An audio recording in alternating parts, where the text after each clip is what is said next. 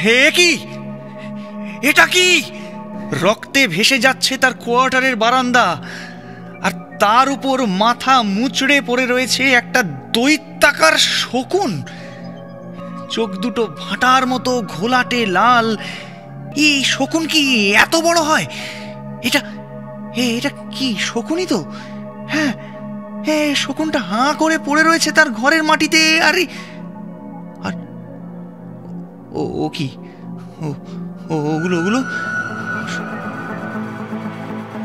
বাংলা ও বিশ্ব সাহিত্যের চিরকালীন নানান গল্পের পাশাপাশি এবার শুরু হতে চলেছে আমাদের চ্যানেলের এক্সক্লুসিভ সেগমেন্ট, নিজের লেখা নিজের গল্প নিয়ে আমাদের নিবেদন মিডনাইট এক্সপ্রেস। মূলত স্বাদবদল ও তার পাশাপাশি কিছুটা নিজের কথা নিজের মতো করে বলবার জন্যই শ্রোতা বন্ধুদের কাছে এই চ্যানেল নিয়ে এসেছে এক নতুন উদ্যোগ। অতএব দেরি না করে টিকিট কেটে জলদি উঠে পড়ুন, ট্রেন আর কিছুক্ষণের মধ্যেই ছাড়বে। মিডনাইট এক্সপ্রেসে আজকের গল্প নিঝুমপুর পোস্ট অফিস। গল্প রচনা, গল্প পাঠ, সূত্রধার এবং সকল পুরুষ চরিত্রে সুরঞ্জন, নন্দবাবু অর্থাৎ ইন্সপেক্টরের চরিত্রে সৌরভ, শব্দ যোজনা ও সুর সঙ্গতে সৌরভ। শুরু হচ্ছে আজকের নিবেদন নিঝুমপুর পোস্ট অফিস।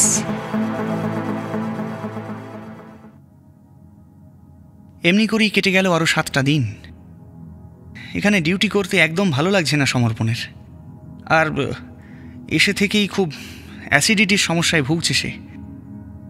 সেই রুটি আর টমেটোর তরকারি উপাদেয় হলেও পেটে একদম বোধহয় সয়নি তার। কদিন ধরেই সমানে সেই ঢেকুরি উঠে যাচ্ছে যাই খাক, অথচ খিদেও হচ্ছে। কিন্তু আচ্ছা, এরকম হওয়াটা কি স্বাভাবিক? ফুড পয়জনে কি এরকম হতে পারে? আর এই এক গ্রাম, একে তো লোক কম, তার উপর কোনো মানুষই তার পোস্টমাস্টার বাবুর সাথে মোটেই কথা বলেন না। যেন অলিখিত এক নিয়ম রয়েছে এই গ্রামে পোস্টমাস্টারের সাথে কোনো কথা না বলার।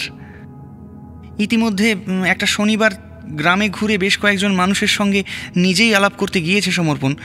কেউ চাষি, কেউ তাঁতি, আর বেশিরভাগ মানুষই জেলে। প্রথম দিকে পরিচয় না পাওয়া অবধি ঠিক আছে, কিন্তু পোস্টমাস্টার বলার সঙ্গে সঙ্গে তারা এমনভাবে সমর্পণকে এড়িয়ে যেতে শুরু করলো যেন তার সাথে মিশলে সবার জাত চলে যাবে। এ কি, এ তো ভালো ব্যাপার নয়। একদিন বিকেলে ঘরে ফিরে মোবাইলে সৃজার মেসেজ বক্সটা খুলে বসলো সমর্পণ। অনেক কিছু লেখার আছে। এখান থেকে টাওয়ার এবং ইন্টারনেট দুই গড়বড়ে, তাও যদি কিছুটা পাওয়া যায়। তাই এত কথা ভাবনার পদাঙ্ক অনুসরণ করে লিখে রাখাই মঙ্গল।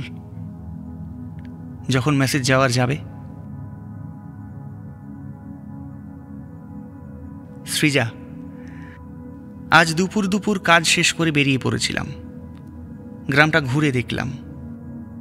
এখানে বেশিরভাগ মানুষই মাছ ধরে। বাড়িতে হাঁস, মুরগি এসব রয়েছে। এই প্রথম এত খেজুর আর তাল গাছ দেখতে পেলাম, কিন্তু তার প্রত্যেকটা পাতা খয়েরি। এখানে প্রচুর সাপও আছে।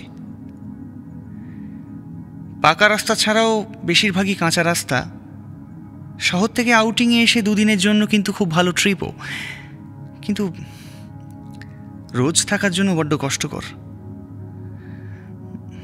এখানে আসার পর একদিনও সূর্য দেখিনি, জানি না কেন। ভাগ্যিস লাগেজ পুড়ে প্রয়োজনীয় জিনিসপত্র নিয়ে এসেছিলাম, না হলে সত্যিই বিপদে পড়তে হতো। কারণ মুদির দোকান থাকলেও তাতে প্রায় কিছুই মেলে না।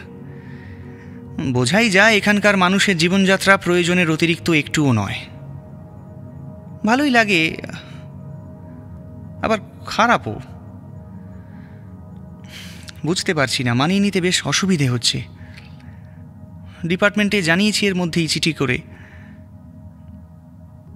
এবার কতগুলো আশ্চর্য ঘটনা তোমায় বলি, মন দিয়ে শুনো। সেই মইদুল নামের ভ্যানওয়ালাটাকে আমি আর দেখিনি। খুব অবাক লেগেছে আমার। 7 দিন এখানে রইলাম, অথচ একদিনও দেখতে পেলাম না। খাবার দিয়ে গেলে অত তাড়াতাড়ি, মানে তো তার নিশ্চয়ই বাড়ি আমার কোয়ার্টারের কাছেই হবে, কিন্তু কেউই কিছু বলতে পারল না। বা মনে হলো বলল না। ওই নামের কোনো ভ্যানওয়ালা আছে কি না তা নিয়ে আমি আরও 2-1 বৃদ্ধ গ্রামবাসীকে জিজ্ঞেস করেছিলাম, বেশিরভাগই এড়িয়ে গেলেন। আমি বুঝতে পারছি না এই সমস্ত গ্রামবাসী আমাকে এড়িয়ে চলছে কেন, আমাকে দেখেই তাদের দৃষ্টি এরকম অশুভ হয়ে পড়ছে কেন, যেন এমন কিছু অমঙ্গলকর বা অপ্রীতিকর ঘটনা তাদের কাছে আমি নিয়ে আসবো বলেই গ্রামে এসেছি। আর ভীষণ অম্বল হচ্ছে জানো তো, জলটা এখানকার একটু নীলচে, মানে খাবার জলটাও তাই, ঠিক ভালো না বোধ হয়। ও, আর একটা ঘটনা কাল রাত্রে ঘটেছে, তোমায় বলি। কাল রাত্রে গ্রামে বিরাট বৃষ্টি হয়েছে। আমি কিন্তু বুঝিনি, আমি বুঝলাম আজ সকালে উঠবার পর। আজ সকালে উঠে বেশ কিছু পুকুর ছাপিয়ে জল উঠে গেছে ওপরে, কিন্তু কি অবাক কাণ্ড, আমার কোয়ার্টারের আশেপাশের একটু মাটিও ভিজে নেই। শুধু তাই নয়, আর একটা ঘটনা, সবচেয়ে ভয় ধরানো ব্যাপার এই যে আমার ঘরের জানালার কাছে আজ দেখি একটা বিরাট বড় শকুন মাথা ভেঙে থেঁতলে মরে পড়ে রয়েছে। চোখ দুটো ভাঁটার মতো লাল। আচ্ছা, শকুনের চোখ কি লাল হয়? এরকম বিশ্রী দৃশ্য আমি আগে দেখিনি। সেদিন একটা লোক এসে আমাকে বলে গেল, জানো, 6টার পর যেন আমি পোস্ট অফিসে আর না থাকি। এর কারণ বুঝিনি, কোনো গোপন বিষয় চলছে কিনা তাও বুঝতে পারছি না। আগের পোস্টমাস্টার এখনো ফেরেনি, জানো। উনি আদৌ বেঁচে আছেন কিনা এবার আমার সন্দেহ হচ্ছে। সেই বোবা চাপরাশিটার কথা তোমাকে লিখেছিলাম, মনে পড়ে?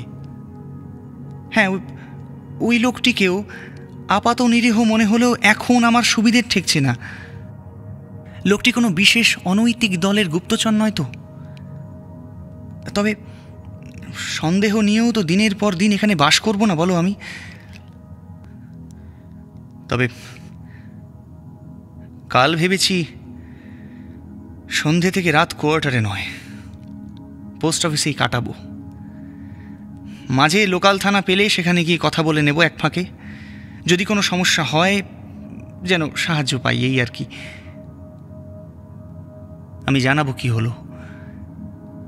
ভালো থেকো। মনে পড়ছে তোমাদের। বলছি, বাড়ির সঙ্গে একটু যোগাযোগ রেখো পারলে। হ্যাঁ,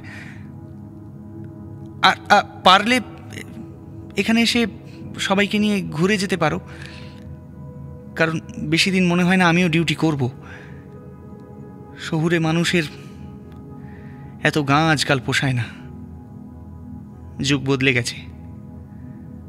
আমি থাকতে থাকতে পারলে ঘুরে যাও। টাটা। মেসেজটা লিখে সমর্পণ সদ্য অফিস থেকে বেরিয়ে কোয়ার্টারে ঢুকতে যাবে এমন সময়, কি আপনি? কি ব্যাপার?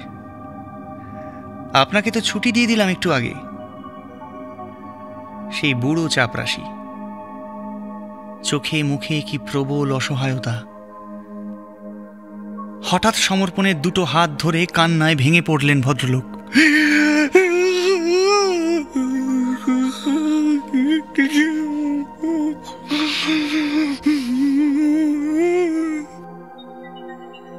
বোবা মানুষ, তাই বয়োজ্যেষ্ঠ।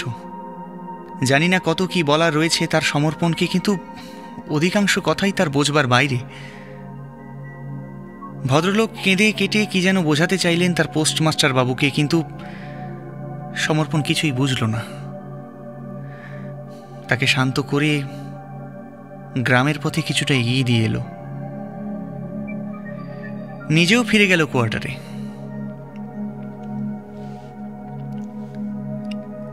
নিজের আনা নতুন তালাটা খুলে সদ্য ঘরে ঢুকতে যাবে সে হঠাৎ, হে কি, এটা কি, কি বিভৎস দৃশ্য এটা!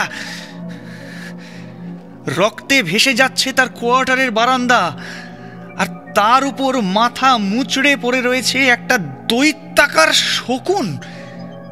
এটা শকুন, চোখ দুটো ভাঁটার মতো ঘোলাটে লাল, কিন্তু এই ভয়ানক দেখতে শকুনটা তার ঘরে ঢুকলো কি করে? আর এই শকুন কি এত বড় হয়? এটা এটা কি শকুনই তো? হ্যাঁ, শকুনটা হাঁ করে পড়ে রয়েছে তার ঘরের মাটিতে। আর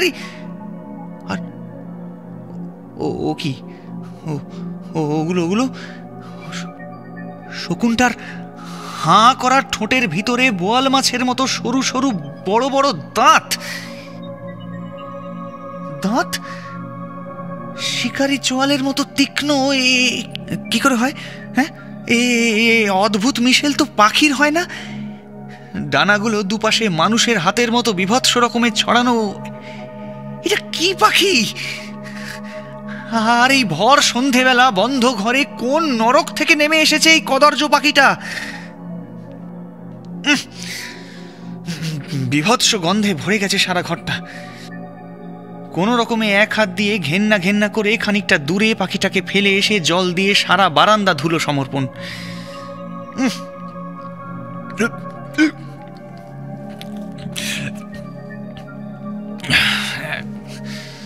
ইস,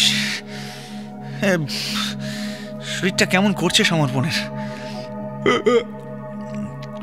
বমি বমি পাচ্ছে তার।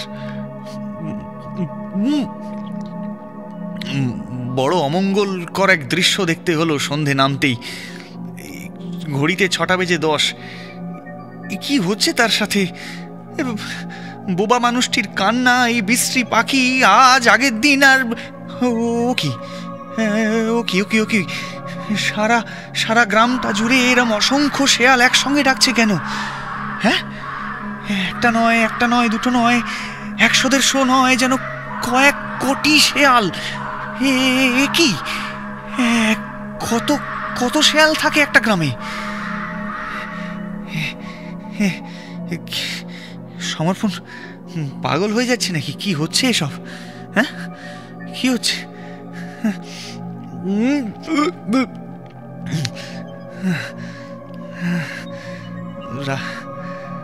রাতে আর রান্না করতে ইচ্ছে করলো না তার।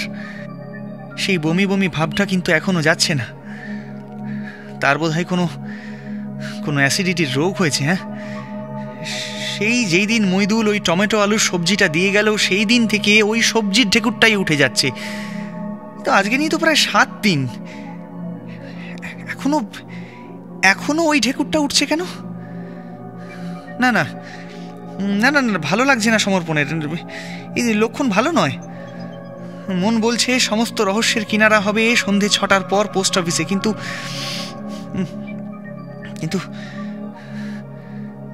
না, এত ভাবলে চলবে না।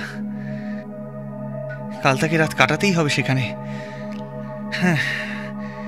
হ্যাঁ, এটুকু এতক্ষণে বেশ বোঝা যাচ্ছে এই রহস্য কোনো পার্থিব রহস্য নয়, কিন্তু সমাধান না করলেও এই রহস্য তাকে ছেড়ে যাবেও না, যেতে দেবেও না। না, আজকের রাতটা ঘুম হবে না তার। সে ভাবছে আর ভাবছে, ওই বিভৎস পাখিটার চোখ দুটো বড় মনে পড়ছে তার। ওই বিভৎস পাখিটার চোখ, লাল চোখো সরু দাঁতের শকুন, আর হাজারে হাজারে শেয়াল, লাখে লাখে শেয়াল। এ কিসের ইঙ্গিত? শকুন কোন দেবতার বাহন? শকুনের ওপর কোন দুর্দৈব বার্তা বসে থাকে? পরের দিন সকালবেলায় দুবেলার রান্না একেবারে সেরে অফিসে ঢুকলো সমর্পণ। আজ তার পরীক্ষার দিন। ছুটির বেলায় এসে শুধু হাত মুখ ধুয়ে বা স্নান করে এই খাবারই কিছুটা খেয়ে সোজা অফিসে গিয়ে রাত কাটাবে আজ। সঙ্গের মোবাইলটা ফুল চার্জ করা। কোয়ার্টারের ভেতর একটা দা ছিল, সেটাও সে আজ সাথে রেখেছে। আজ সকালেই গিয়ে কথা বলে এসেছে গ্রামীণ থানার অফিসার নন্দবাবুর সঙ্গে। নন্দবাবু লোকটি জানিয়েছেন কোনো সমস্যা হলে তিনি সাহায্য করবেন। সেই সাথে একজন হাবিলদারকেও পাহারাতে পাঠিয়েছেন এখানে। সে কোয়ার্টারের আশেপাশেই থাকবে। সন্ধ্যের পর এই পোস্ট অফিসে ঠিক কি হয় সেটা জানা দরকার। 6:30 নাগাদ সমস্ত কাজকর্ম সেরে বাড়ির জামা কাপড়ই পোস্ট অফিসে গিয়ে হাজির হলো সমর্পণ। পুলিশটি এখনো এসে পৌঁছয়নি। এসে যাবে হয়তো। আপাতত চুপচাপ এখানে লাইট জেলে বসে থাকবে এই প্ল্যান। সারা রাত এখানে থেকে পরের দিন সকালবেলা কোয়ার্টারে ফিরবে সমর্পণ। কিন্তু হায় রাধা মাধব, 7টা বাজতে না বাজতেই লোডশেডিং।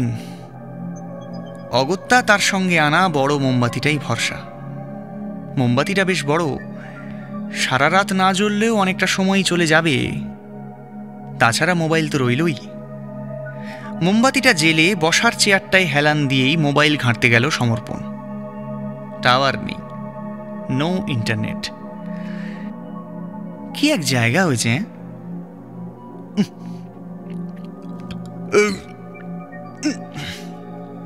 কি হলো?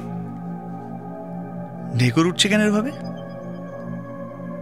আশ্চর্য, খেলো তো সেদ্ধ ভাত। মানে এসে থেকে তো ওই খাচ্ছে, কিন্তু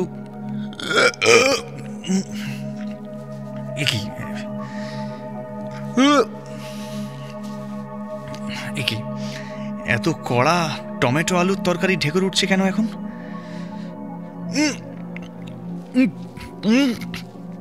বাপরে, একেবারে একেবারে নাক অব্দি চলে আসছে অ্যাসিড।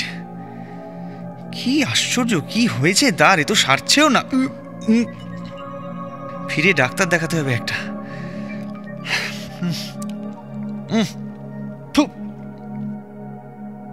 এই সমস্ত ভাবতে ভাবতে হঠাৎ বিদ্যুতের ঝলকানিতে চোখ ধাঁধিয়ে গেল তার। সেই সঙ্গে কান ফাটানো কড়মড় করে আওয়াজ। আরে, লক্ষ্যই তো করেনি সে। কখন যেন প্রচুর ঘন কালো মেঘ জমে গিয়েছে পশ্চিমের আকাশটায়। কিন্তু কখন কখন একটু আগেই মনে হলো চাঁদের দেখা পেয়েছিল না কোয়ার্টারে থাকাকালীন? হ্যাঁ হ্যাঁ, তাই তো। এত তাড়াতাড়ি মেঘ জমে গেল? হতেও পারে বর্ষা আজকাল হুটপাট নামে। এই নিঝুমপুরে প্রকৃতির খেয়ালের উপর মানুষের কোনো অনুমান নেই। কি আশ্চর্য! হ্যাঁ, হালকা ঝড় উঠেছে বাইরে। শোঁ শোঁ শব্দের হাওয়া এসে বাড়ি দিয়ে যাচ্ছে পোস্ট অফিসের পুরনো জানালাগুলোর ওপর। সমর্পণ উঠে জানালাগুলোকে বন্ধ করতে গেল। বিশেষ করে রাজবাড়ির দিকে জানলাটা বেশ বড়, ভাঁজ করা পাল্লা। মোবাইলটা টেবিলে রেখে দুহাত দিয়ে জানালাটা বন্ধ করতে যেতেই ওকে ভয় পেয়ে গেল সমর্পণ। হ্যাঁ, ওই লিকলিকে উঁচু লম্বা ঢেঙা মতো ও রাজবাড়ির সামনে ও কে দাঁড়িয়ে? হ্যাঁ, 6.5 ফুটের বেশি লম্বা, সামনে ভ্যান। মইদুল এই বৃষ্টির মধ্যে কি করছে এখানে? হ্যাঁ, এতদিন কোথায় ছিল? আর আর আজই বা কেন এসেছে এই দুর্যোগের রাত্রে?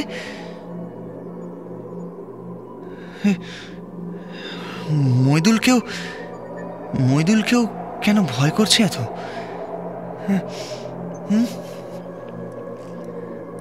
ভাবনা শেষ হওয়ার আগেই একটা সশব্দ বাজ পড়তেই সামনে দাঁড়িয়ে থাকা ছায়ামূর্তিটা সন্দেহ নিরসন ও প্রকট হলো সমর্পণের কাছে। কিন্তু ও কি ভয়ঙ্কর মুখ! মইদুলের মুখের একদিকটা ওরকম বিভৎসভাবে পচে গলে ঝুলছে। হ্যাঁ, হাতগুলো লিকলিক করে দুলছে দুপাশে, সারা গায়ে মাটি মাখা। কি ও কি করছে এখানে এখন? কি হয়েছে ওর? আর আর আর কোথা থেকেই বা এসেছে ও?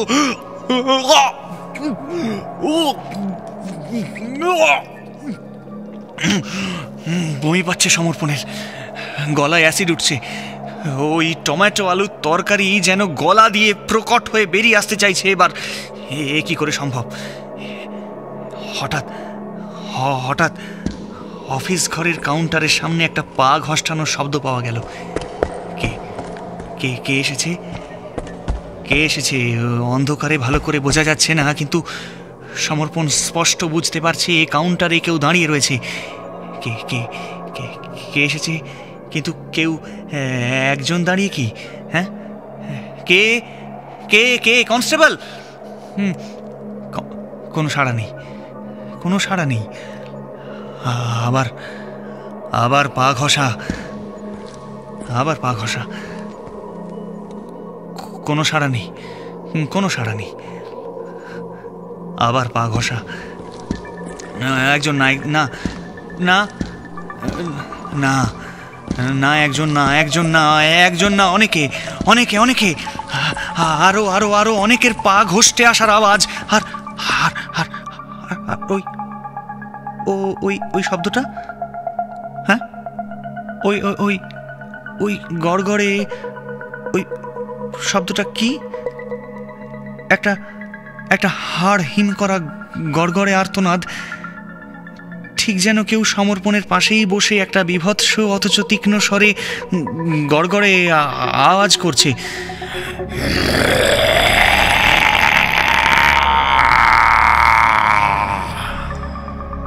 এদিকে ওদিকে তাকিয়ে কিছু খুঁজে না পেয়ে হঠাৎ ওই বড় জানালাটার দিকেই চোখ গেল সমর্পণের।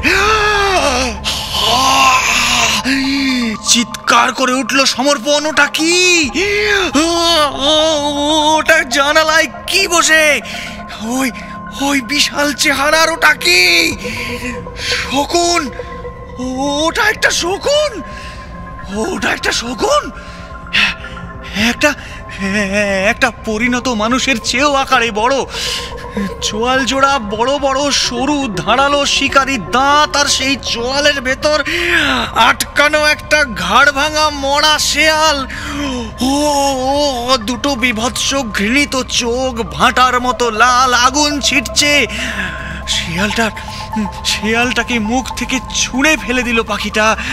আর আর আর ঠিক সেই সময়, ঠিক তখনই দেখা গেল ফাঁক করা দুটো ঠোঁট থেকে ভয়ঙ্কর গর্জনের শব্দ বেরিয়ে আসছে তীব্র জিঘাংসা নিয়ে।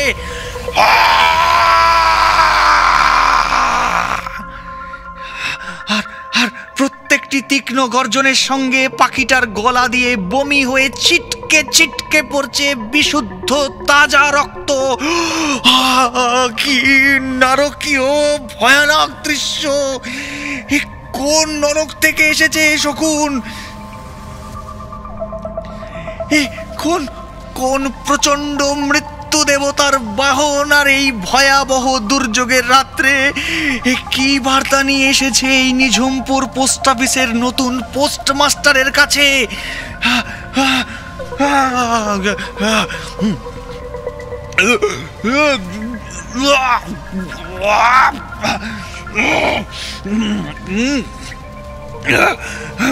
পাখিটাকে সহ্য হচ্ছে না, পাখিটাকে সহ্য হচ্ছে না। আরে এত এত কুৎসিত দৃশ্য দেখে নাড়ি উল্টে আসছে।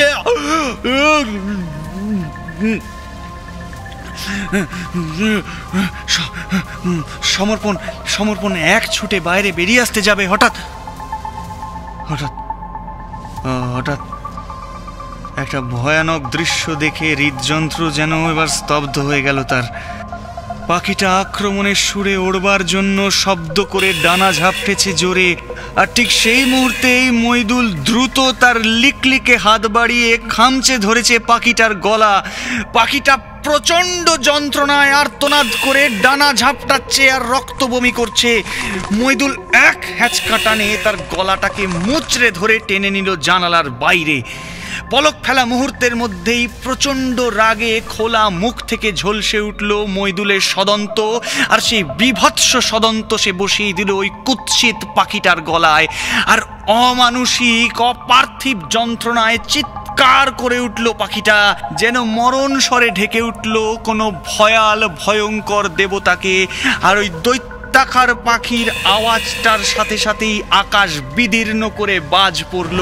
আর ঠিক সেই মুহূর্তেই সমর্পণ দেখল ভ্যান চালক মইদুল দু হাতে চেপে ছিঁড়ে টুকরো টুকরো করে খাচ্ছে করছে পাখিটাকে, কিছুটা বাইরে ফেলছে, কিছুটা নিজের গলায়, আর খেতে খেতে অদ্ভুত এক গোঙানির শব্দ বের হচ্ছে মইদুলের গলা থেকে, যেন পাতাল থেকে উঠে আসা কোনো নরখাদক দীর্ঘদিন উপবাসের পর আজ তার শিকারকে ধরেছে অমানুষিক ক্ষিপ্রতায়।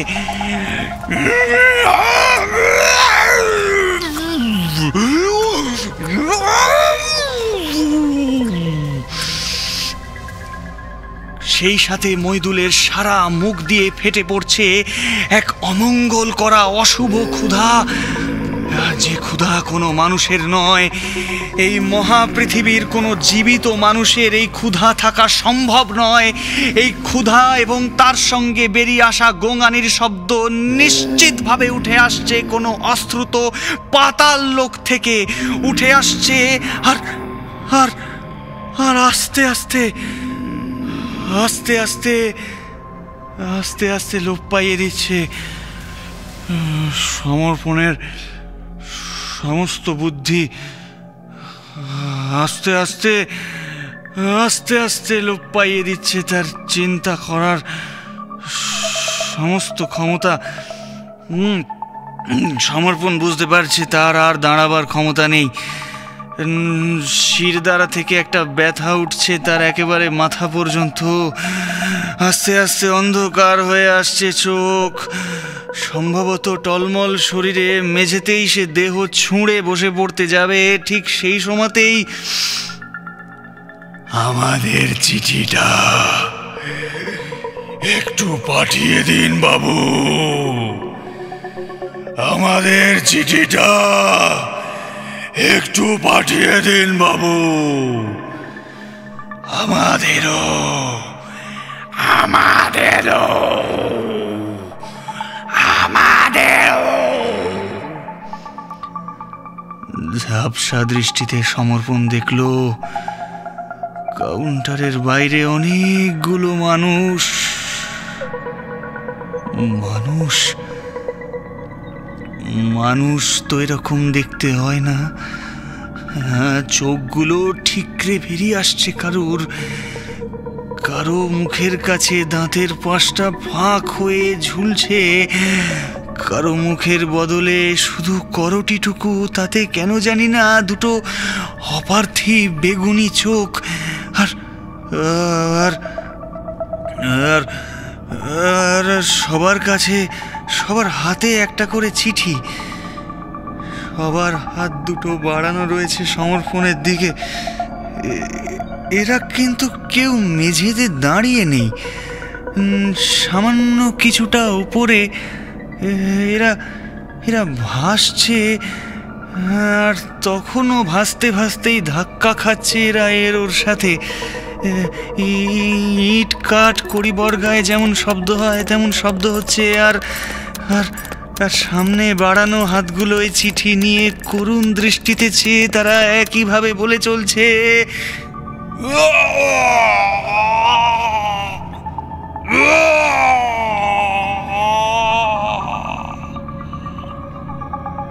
একটা ভয়াবহ আর্তনাদ, তার সাথে একটা বাজ পড়ার শব্দ।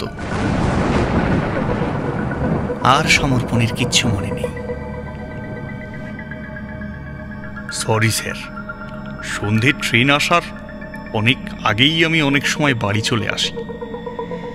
বেশি রাত্রে স্টেশনে ডিউটি করাটা নিরাপদ নয়, জানেন তো সবটাই। সমর্পণের সামনে এই মুহূর্তে যে ভদ্রলোক দাঁড়িয়ে রয়েছে সে তাকে চেনে। রাধা মাধব জিউ মন্দিরের পুরোহিত। কিন্তু আপনি যে সমস্ত কথা আমাকে বললেন, আমি ওনার কথা মতো সঙ্গে একজন কনস্টেবল দিলাম। সে তো বলল সারা রাত নাকি কোনো সমস্যাই হয়নি। মানে পোস্টমাস্টার বাবু একেবারেই ডাকাডাকি করেননি। ভোরবেলা সেই কনস্টেবল নিজে গিয়ে আপনার খোঁজ করে। দেখি আপনি পোস্ট অফিসের পিছন দিকের ফাঁকা জমিতে অজ্ঞান হয়ে পড়ে আছেন। আর রাতের দিকে কোনো আলু টমেটো দিয়ে তরকারি খেয়েছিলেন নাকি? বমি করে ফাঁসিয়েছেন তো মশাই।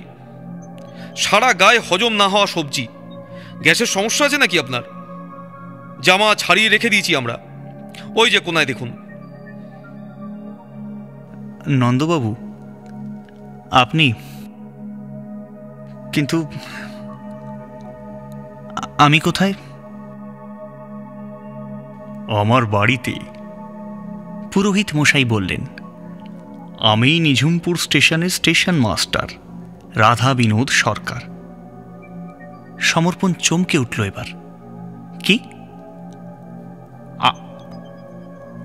আপনি স্টেশন মাস্টার?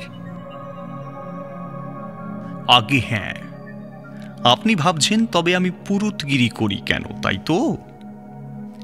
আসলে রাজবাড়িতে আমার পূর্বপুরুষের সময় থেকেই পুজো হয়ে আসছে কি না, তাই যেহেতু বংশ পরম্পরায় কাজ, তাই আমাকেও সেটা করতে হয়। সকালবেলা পুজো করে স্টেশনে চলে যাই। শিফটিং ডিউটি পড়লে কখনো অন্য সময় পুজো দিতে হয়, তবে এ স্টেশনে শিফট পড়ে না, তাই চিন্তা নেই। নিঝুমপুর একটা ভুলে যাওয়া নাম। এ কি আর মানুষের জায়গা? তবে আমরাও মানুষই, অন্যরকম মানুষ। আমরাও বামুন, কায়েত, ম্লেচ্ছ এসব। এই আমি ব্রাহ্মণের সন্তান, পুজো শিখেছি, তাই পুজোটাও করে চলি আর কি। তবে মন্দিরে কোনো বিগ্রহ নেই। এ কথার মানে কি? অন্যরকম মানুষ মানে? তাহলে সেদিন আমার সঙ্গে কার দেখা হলো? মানে কোন দিন? যেদিন আমি এলাম, স্টেশন মাস্টার আমাকে ভ্যান ঠিক করে দিলেন। মইদুল তো? আবার চমকাবার পালা। হ্যাঁ, মইদুল। আপনি জানলেন কি করে? শুনুন মশাই, এ নিঝুমপুর বড় আশ্চর্য জায়গা। এখানে এমন অনেক জিনিস ঘটে যা পৃথিবীর স্বাভাবিক নিয়মের বাইরে। এখানকার আকাশ বাতাস পৃথিবীর অন্য জায়গার আকাশ বাতাসের চেয়ে আলাদা, কম দূষিত, অথচ বেশি রহস্যময়। মাস্টারের পোশাকে আপনি বেটে মতো রোগাপানা কাউকে দেখেছেন নিশ্চয়ই। হ্যাঁ, ওর নাম বসন্ত। আজ থেকে 7 বছর আগে নিঝুমপুর রেল লাইনে গলা দিয়ে মারা যায়। তারপর থেকে রাতের ডিউটি ওই করে। আর ওই মইদুল, সে বসন্তের বাড়িতে মাল বওয়ার কাজ করত, যাতায়াত করত ওই ডিউটি আওয়ারে নানা কাজে। কদিন আগেই বাজ পড়ে মারা গিয়েছে। মরবার পর ওকে কবর দেওয়া হয়। তারও কদিন পরে এক বিভৎস দৃশ্য দেখে গ্রামবাসী। ওর মৃতদেহ মাটির তলা থেকে তুলে মুখের কাছটা সম্ভবত কোনো শিয়াল বা অন্য কোনো জন্তু এসে ছিঁড়ে ছিঁড়ে খেয়েছে। মইদুলকে যারা দেখেছে তারা সবাই ভয় পায়, কিন্তু মইদুলও মানুষ ভয় পায়। আমরা যাকে ভয় পাই আমরা জানি না সেও আমাদেরকে কতটা ভয় পায়। তবে এরকম সম্ভব কি করে হলো জানি না। মইদুলের কথা বলছি, হওয়ার কথাও নয়। মইদুলের মৃতদেহ মাটির অত তলা থেকে কোনো জন্তুর খাওয়া বোধহয় সম্ভব নয়। মানে কোনো স্বাভাবিক জন্তু এ কাজ করতে পারে না। কিন্তু বললাম যে নিঝুমপুর এক অস্বাভাবিক জায়গা। এখানে রাতের ডিউটিগুলো ওরাই করে, আর মানুষরা সকালের ডিউটি। আমরা এই জেনেই আছি, আমাদের অসুবিধে হয় না। তবে যেটুকু পার্থিব নিয়ম অবশিষ্ট আছে মেনে চলতে হয়, না মানলে অসুবিধে পড়ে মানুষ। আচ্ছা, এই যে আপনি এসেছেন, কোনো বড় উঁচু পাকা বাড়ি দেখেছেন কি? দেখবেনও না। এখানে স্বাভাবিক মানুষ আস্তে আস্তে কমছে, অন্য মানুষ আসছে। তারাও স্বাভাবিক মানুষ, তবে আপনাদের মতো নয়, আমাদের মতো। যারা প্রয়োজনে বাতাসে মিশে থাকে, পাখি গাছ এই নিয়ে থাকে। চার দেওয়ালে তারা থাকে না মশাই, এই পরিবেশ যেমন সুন্দর তেমন কঠিন। এই পরিবেশের কেন বলছি, সব আপনি বুঝবেন না, সব আপনার বোঝারও প্রয়োজন নেই। আপনি আপনার পৃথিবীতে ফিরুন। সম্ভবত ভয়ে ও বিস্ময়ে সমর্পণের গলা থেকে বুক পর্যন্ত একটা অদ্ভুত ব্যথা করছিল। কি বলতে গিয়েও যেন সে বলতে পারছে না। পুরোহিত বলে চলল, আমি আপনাকে আগেই দেখেছি, প্রথম দিনই। এর আগে যে সমস্ত পোস্টমাস্টার এখানে চাকরি করতে এসেছিল তারা কেউই ফিরে যায়নি। তারাও আমাদের সাথেই বাতাসে মিশে গিয়েছে, কারোর কোনো খোঁজও পাওয়া যায়নি। বিস্ময়কর লাগছে, আপনার বেলায় কেন জানি না এমনটা ঘটল না। ভালো, ব্যতিক্রম কখনো কখনো বড় আনন্দ দেয়। আচ্ছা, ঠিক কি দেখেছিলেন বলুন তো আপনি? সমর্পণ যা বলল তাতে পুঙ্খানুপুঙ্খ সমস্ত ঘটনা স্পষ্ট হয় না। তবু যেটুকুই বলা হলো হয়তো মনের ভার কিছুটা হালকা হলো। বলা শেষ করে সমর্পণ প্রশ্ন করল, আপনাকে কে খবর দিল? আপনার চাপরাশিটি ভালো মানুষ, বোবা। সে কিন্তু আমাদের মতো নয়, আপনার মতো মানুষ।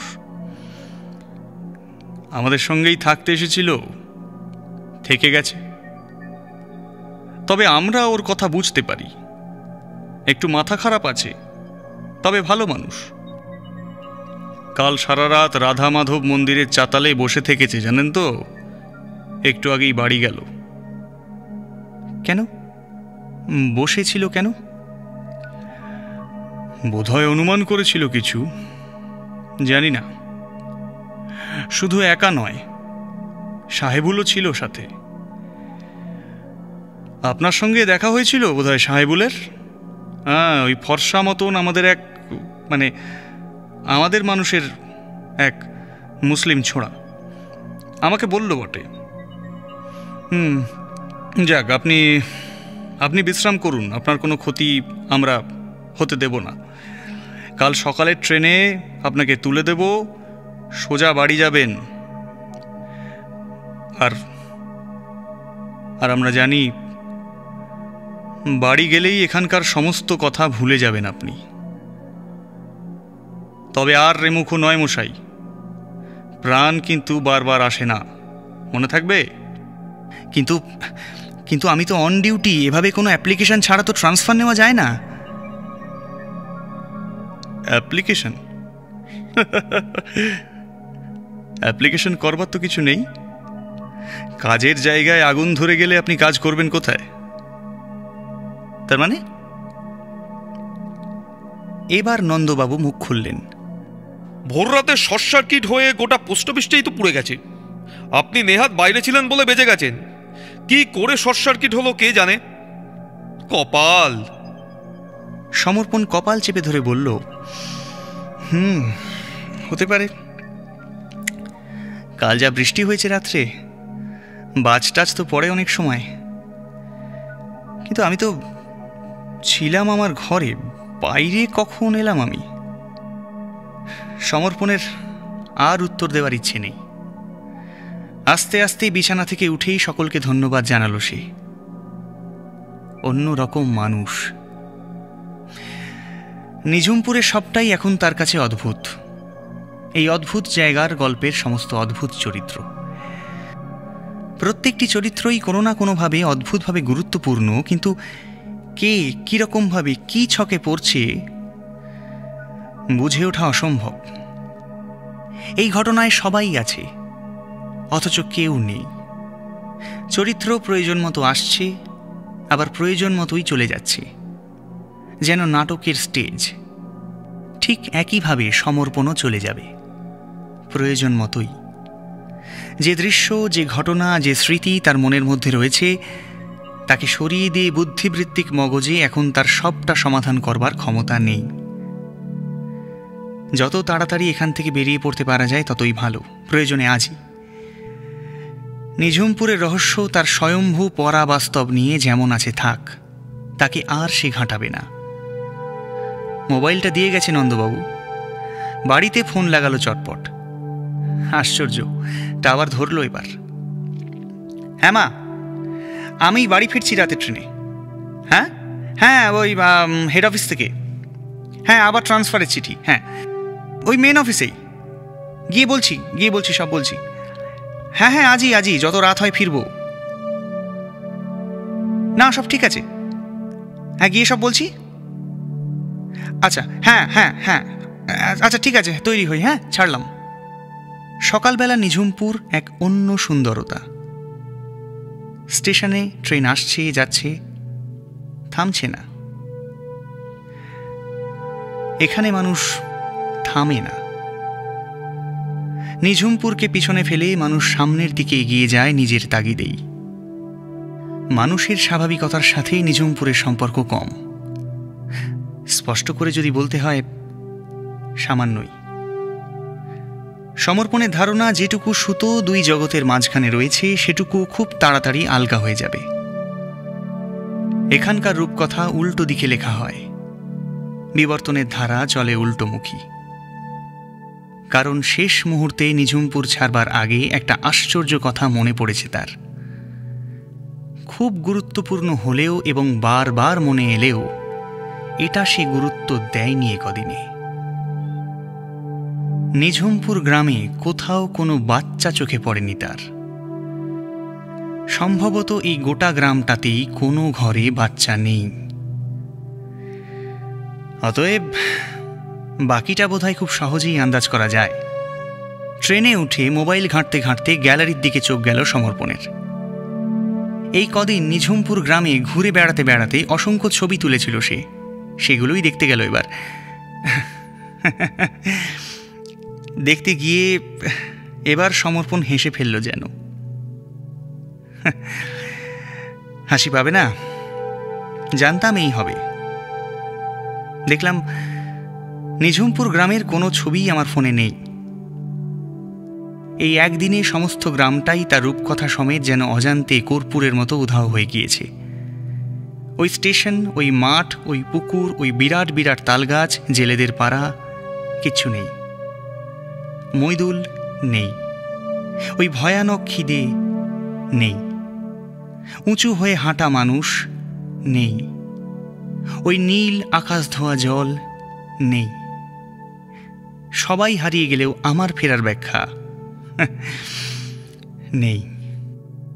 মৃত্যুর দূতকে মৃত্যুর দূতের ছিঁড়ে খাওয়ার ছবি স্মৃতি থেকে সম্ভবত তাও চলে যাবে একদিন। গ্রাম চলে যাবে, শহর আসবে। নিঝুমপুর সম্ভবত তারই মাঝের পাল্টানো মানুষের এক আশ্চর্য বিস্মৃতি।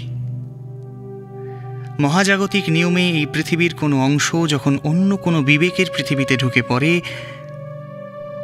তখনই হয়তো নিঝুমপুরের জন্ম হয়।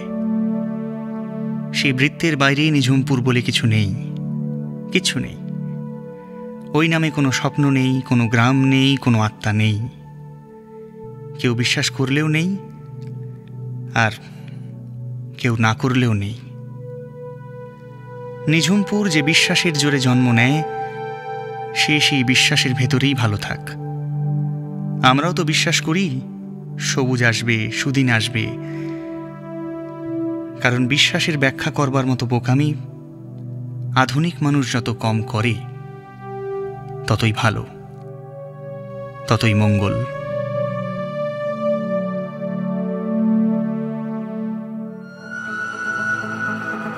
মিডনাইট এক্সপ্রেসে শুনছিলেন আজকের গল্প নিঝুমপুর পোস্ট অফিস। গল্প রচনা, গল্প পাঠ, সূত্রধার এবং সকল পুরুষ চরিত্রে সুরঞ্জন। নন্দবাবু অর্থাৎ ইন্সপেক্টরের চরিত্রে সৌরভ।